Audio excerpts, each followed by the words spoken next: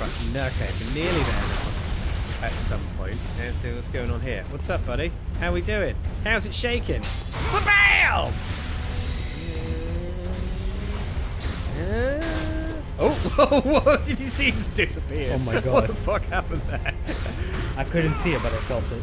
Oh, that guy just walked out the wall. Okay, something's going on with this. So, one thing I really like about the enemy design in this game in particular is one, they're reusing and slightly updating the enemy models, but they actually upgrade the class of enemy as well. So these skeleton boys, like they had with the you know the lizard guys in Onimusha 2. They're sort of vaguely remember them. Yeah, well, you had those guys, and they were rumbling along, and eventually they had different colours and varieties, and the different colours of different attacks. That wasn't the case for Onimusha 1, but in this they had they've got the skeleton guys, and then they're normally wielding swords, and they're wearing green, and they have the cool hats. Oh yeah, okay. And they rumble over to you. But with Jacques upgraded, at least the skeletons that start getting stronger, they're wielding like hand axes, and they're actually a little bit more aggressive. Oh, it's Heihachi! Heihachi Mishima? From the Mishima clan? I think his name is Heihachi. That's that. Hey!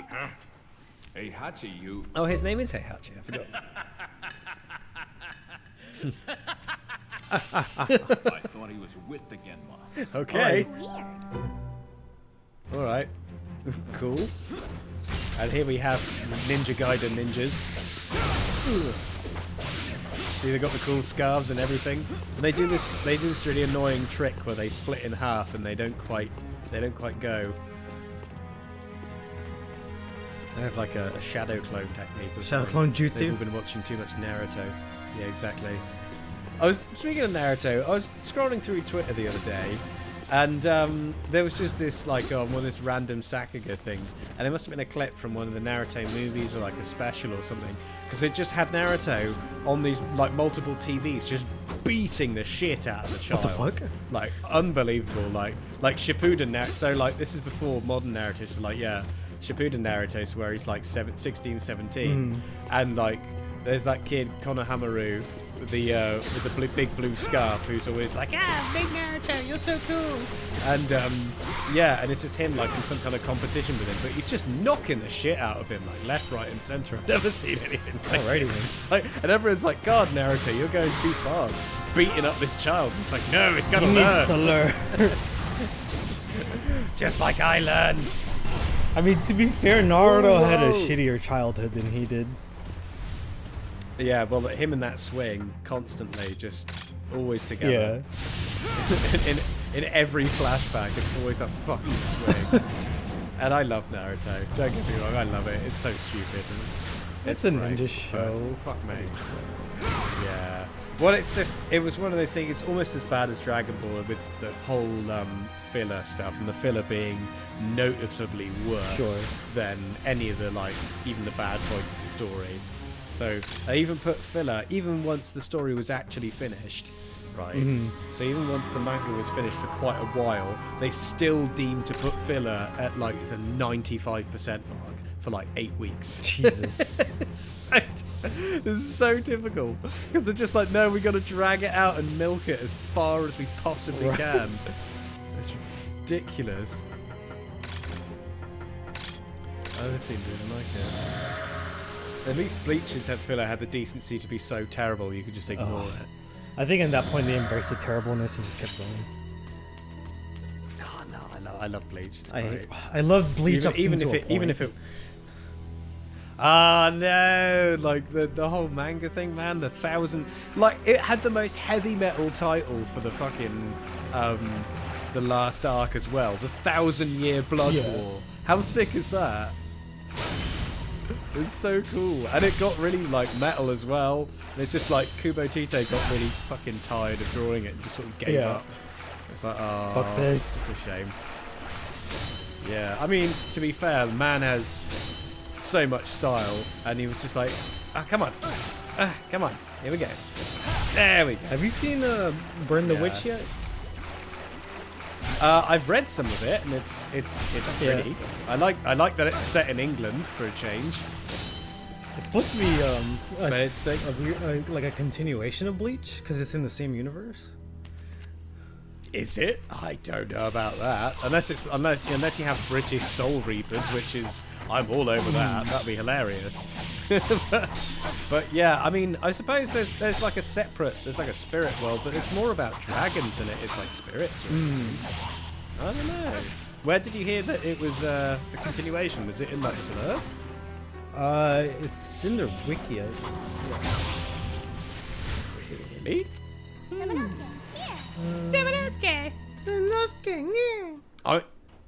I mean, I'd be down for that. I mean, like I said, I like Bleach's Weird World and all the fun rules they have. I think It's just unfortunate. I think Kubo stopped giving a shit about it too because there's only like 4 chapters. Yeah, it was like a one shot, and he was just like, "Oh God, I remember how annoying this was." Yeah. Which is a shame. He's got such a unique art style that is very much like a two-tone kind of thing. Yeah. You know? And that works so beautifully. Like all the fashion and stuff in it was glorious. But yeah, once he got the first 2 arcs of Bleach out the way, he was like, "I don't have any more tricks. I don't know what I'm gonna do." That's fine. We'll just do it twice again. It's fine. And then we'll do a Star Wars, and then it's fine. Oh, Yeah, that's he fine. did the character design for Sakura Wars.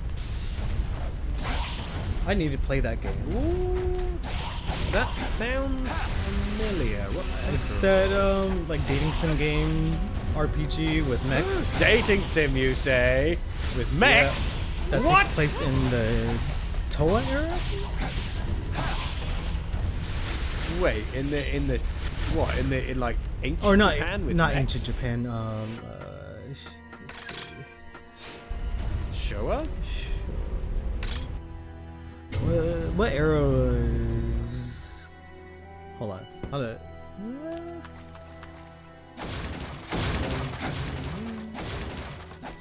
Here, someone else.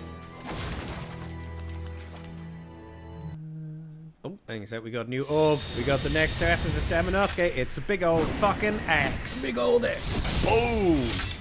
Yeah, it's a big old dick swinging axe. Nice, Chico.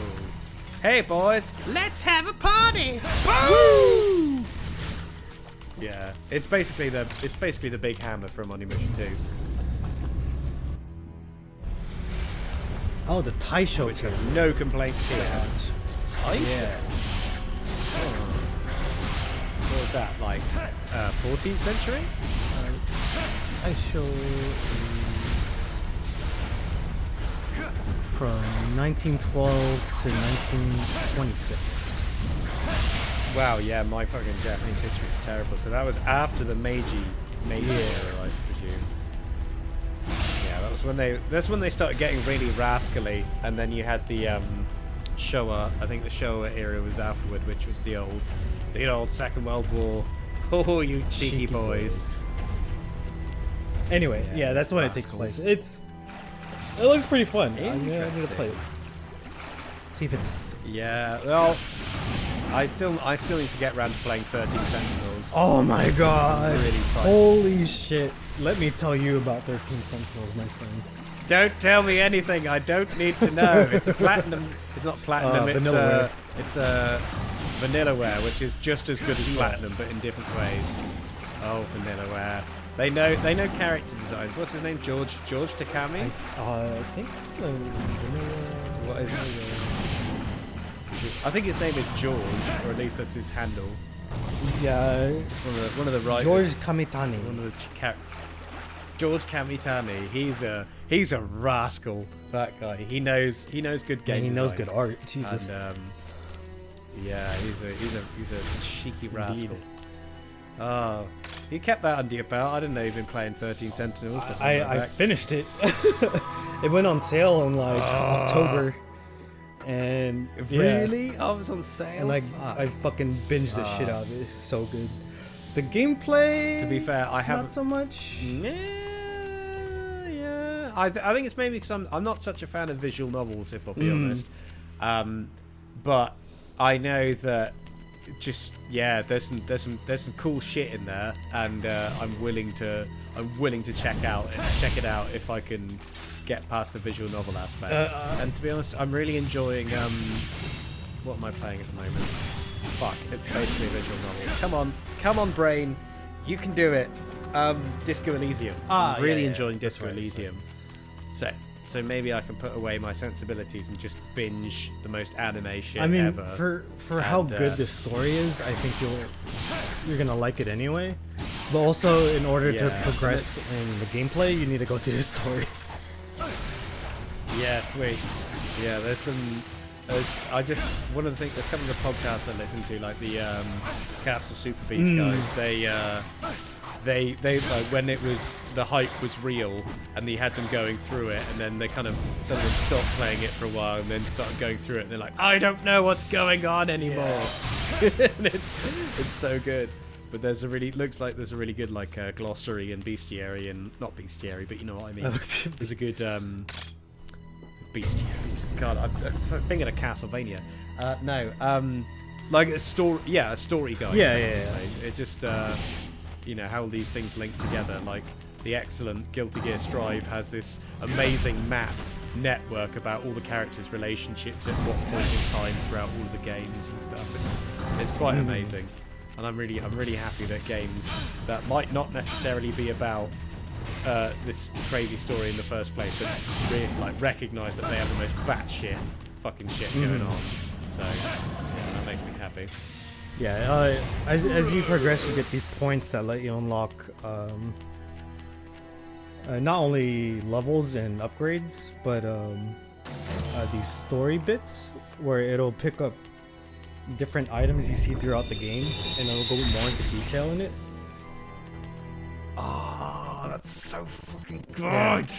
I love it. Yeah.